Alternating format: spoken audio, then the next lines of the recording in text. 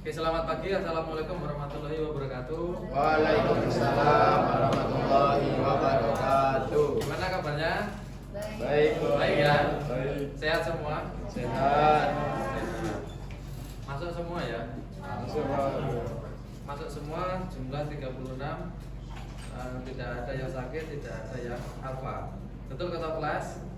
Betul, Pak. Betul. Oke, terima kasih. Bentar lagi kita akan memulai pelajaran kita. Sebelumnya mungkin berdoa dulu. Saya minta tolong Vidya ya, Vidya untuk memimpin berdoa. Silakan. Sebelum pelajaran dimulai, marilah kita berdoa sesuai keyakinan masing-masing. Berdoa dimulai. Berdoa selesai. Baik, terima kasih. Materi hari ini yaitu pengenalan tentang KA atau kecerdasan artifisial. Istilahnya sekarang ini menjadi KA. Sebelumnya kan AI ya, AI. Sekarang pemerintah bukan mengganti, istilahnya dijadikan bahasa Indonesia ya. Jadi KA biasanya kita lebih familiar ke AI kan. Nah jadi sekarang kita nyebutnya KA. Jadi seperti itu. Untuk materinya ini pengenalan apa itu KA. Oke, kita langsung aja. Nah, ini. Sebenarnya AI itu sudah ada dari tahun 1956 kalau di sini ya. Cuman kalau saya kira kalau kalian populer atau mengenalnya ini baru-baru aja karena adanya ChatGPT. Nah, jadi kalian menyebutnya AI. Nah, padahal sebelumnya itu sudah ada di tahun 1956 ya. Kalau dulu itu istilahnya komputer yang super, komputer yang cerdas. Kalau dulu istilahnya seperti itu. Kalau dulu juga komputer itu pasti besar. Kalau sekarang kan kecil ya. Komputernya kan kecil. AI itu sebenarnya sudah lama. Kalau di sini yang menemukan yang pertama itu diperkenalkan pada lokakarya Dortmund kulit tahun 1956 ya, oleh John McCarthy dan koleganya. Jadi seperti itu. Mereka mendefinisikan KA atau kecerdasan artifisial sebagai ilmu dan rekayasa dalam menciptakan mesin cerdas, terutama pada program komputer yang cerdas. Mungkin seperti itu. Kita lanjut. Nah ini KA ada 4. Jadi yang pertama ada reactive machine, terus yang kedua ada limited memory, ada theory of mind, yang keempat adalah self aware AI. Jadi ada 4, kita bahas satu-satu. Untuk yang pertama ini reactive machine AI. Kalau dari contohnya, saya kira kalian setiap hari ini sudah pasti menggunakan. Secara tidak langsung ketika kalian menggunakan YouTube, Spotify, di dalamnya sudah ada AI tersebut. Istilahnya reactive machine AI. Kalau dari pengertiannya, sebuah sistem KA tanpa memori yang dirancang untuk melakukan tugas yang sangat spesifik. Contohnya superkomputer. Kalau ini contohnya yang pertama ini ketika kalian bermain catur. Kalau satu player artinya kalian bermainnya menggunakan atau lawan komputer kan ya. Nah, padahal tidak ada orang atau player yang kedua, tapi dia bisa melawan. Iya kan? Atau game yang 2 player kan nggak ada kan, orangnya kan cuma satu ya. Nah, kalau orang cuma satu berarti yang satunya adalah apa? Siapa yang main? Komputernya atau AI-nya itu. Nah, itu dinamakan reactive machine AI. Contoh lainnya yaitu Netflix, ada YouTube, ada Spotify. Kalau YouTube ya jelas ya, karena kalian mencarinya apa, di beranda kalian akan keluar yang kalian sering apa? Cari. Betul? Benar. Betul ya? Misalkan apa di beranda kalian? Karena pernah mau ngecek beranda kalian enggak di YouTube itu? Ya, Pak. Nah, yang keluar apa? Kalau carinya seringnya K-pop atau Korea seperti kemarin, pasti munculnya Korea gitu ya. Jadi seperti itu. Terus lagu juga atau musik di Spotify. Kalau kalian sering memutar lagu dangdut atau lagu sonora ya, biasanya kan seperti itu kan. Ya. Nanti di beranda kalian akan direkomendasikan itu. Jadi seperti itu. Nah, itu namanya reactive machine AI. Lanjut ya. Nah, terus yang kedua ini ada limited memory AI. Nah, kalau ini KA atau kecerdasan artifisial dalam kategori ini dapat mengingat kejadian dan keluaran yang telah terjadi sebelumnya. Ini contohnya ChatGPT ya. Contohnya ChatGPT. Nah, karena dia mengingat, nah, sebenarnya di ChatGPT datanya kan kosong. Datanya kosong, yang menginputkan datanya siapa? Yang menginput datanya adalah kalian sendiri. Nah, ketika kalian meminta ke ChatGPT, buatkan saya proposal kemerdekaan, misalkan gitu ya, maka ChatGPT akan menyimpan dan mengingat ketika ada orang lain meminta lagi, atau kalian meminta di bawahnya buatkan saya proposal kemerdekaan HUT RI ke 80 sekarang ya. Saya kira kalau yang ChatGPT kalian sudah familiar ya. Sudah setiap hari pakai itu? Setiap hari enggak ada juga. Ketika pelajaran pakai ChatGPT? Pernah? Pernah ya? Jadi untuk yang ketiga ini teori of mind AI. AI ini dapat memahami pemikiran dan emosi entitas lain. Pemahaman ini dapat mempengaruhi bagaimana KA akan berinteraksi dengan berbagai entitas di sekitarnya, yang secara teori akan memungkinkan KA untuk mensimulasikan hubungan seperti antar manusia. Sebenarnya ini contohnya robot ya, robot AI. Tapi kalau dalam seni ini juga bisa. Kalau dalam seni mungkin ada yang suka menggambar. Akbar. Ada ya.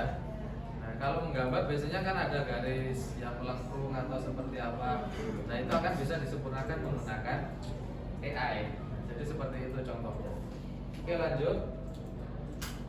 Nah, ini yang terakhir, yang keempat, self-aware AI. Salah satu jenis KA yang memiliki kemampuan super intelligent. Berarti yang paling tinggi ya, paling super ya. AI ini memiliki kemampuan untuk memahami kondisi internal dan sifatnya sendiri, emosi dan pemikiran manusia. Saat ini tengah dikembangkan emotion AI yang diharapkan mampu menganalisis suara, gambar, jenis data.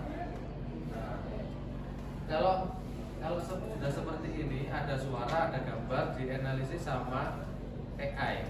Nah, dia sudah menyerupai manusia ya. Nah, kalau dianalisa dari penjelasannya ini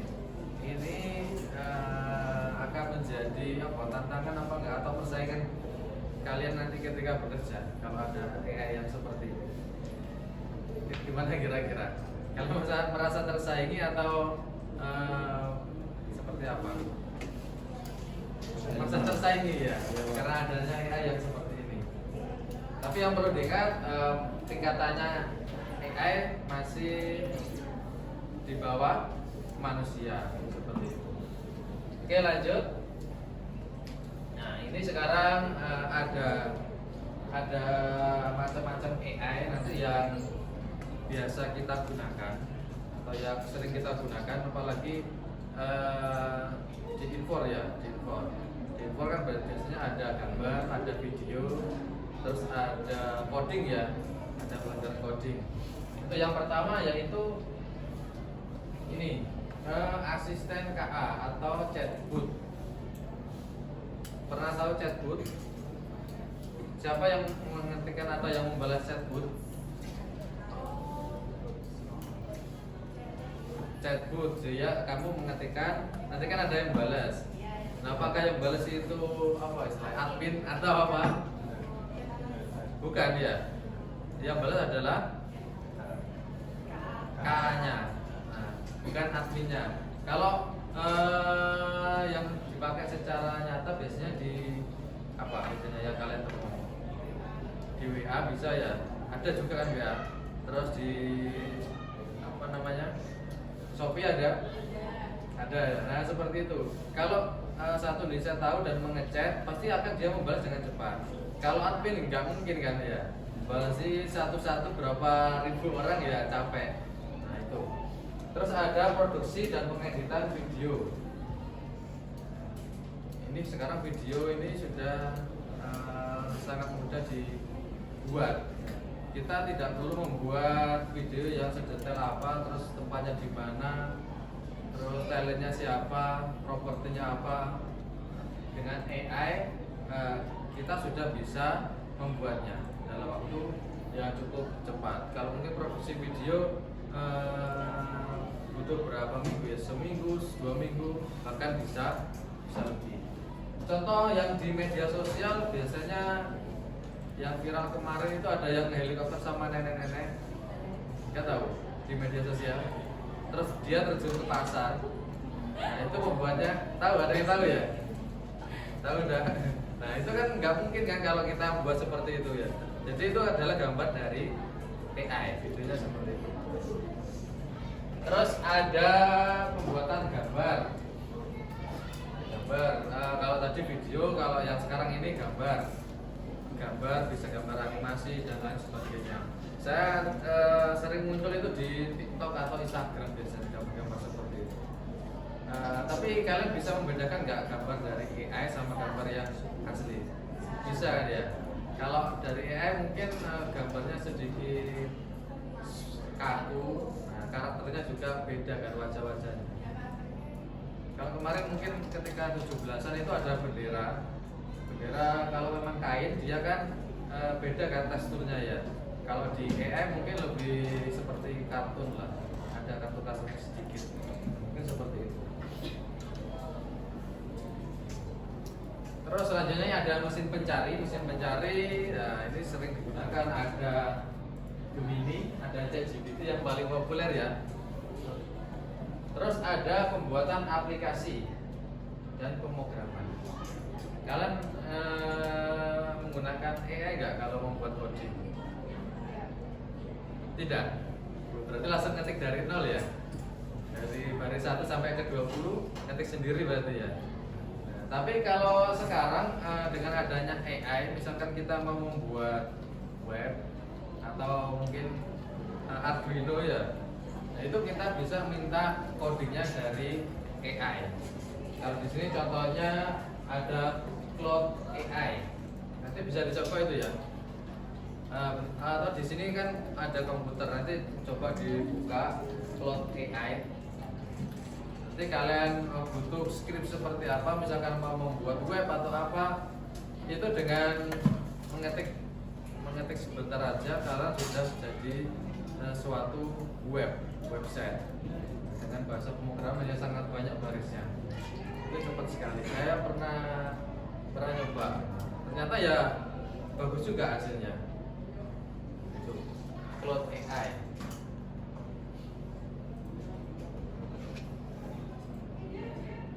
Nah ini yang terakhir. Nah, tadi kan sudah ada beberapa contoh AI ya. Tugasnya yaitu membuat poster atau gambar. Tadi kalau membuat gambar, webnya kan bisa pakai Canva ya, bisa ya, berpakai DALL-E dan lain sebagainya. Dan nanti kalian akan membuat 3 temanya, yaitu Hari Kemerdekaan RI yang ke-80. Kalian biasanya kalau membuat desain seperti ini atau ucapan, membuatnya pakai apa? Canva yang AI atau Canva yang biasa? Yang biasa. Sudah tahu ada Canva AI? Nah, nanti bisa pakai itu atau menggunakan yang lainnya. Itu ya. Membuatnya satu anak itu 3 gambar ya. 3 gambar dengan tema kemerdekaan Indonesia ke-80. Oke, mungkin ada yang ditanyakan sampai sini? Gak ada ya? Saya kira sudah jelas karena ini materinya masih di awal ya. Nah, karena waktunya mungkin sudah cukup atau sudah mau habis, nanti silakan dikumpulkan menggunakan link Google Drive dari saya. Nah, jadi nanti dikirimkan drive-nya. Formatnya JPG ya, gambarnya JPG 3 gambar atau 3 poster. Oke, mungkin itu untuk pertemuan hari ini. Sebelumnya ada yang mau ditanyakan lagi? Nggak ada? Nggak ada ya? Baik, terima kasih. Saya akhiri. Selamat siang. Assalamualaikum warahmatullahi wabarakatuh.